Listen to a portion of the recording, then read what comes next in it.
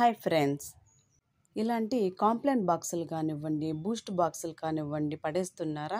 ఈ వీడియో కనుక మీరు చూసారంటే అస్సలు పడేయరు.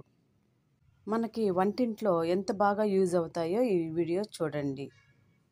ఈ విధంగా ఈ బాక్స్ ఓపెన్ చేసిన తర్వాత చుట్టూరు ఉన్న ఇవన్నీ కట్ చేసేయాలి. చాక్తో కన్నా కట్ చేయండి, లేకపోతే సిజర్తో కూడా కట్ చేయొచ్చు.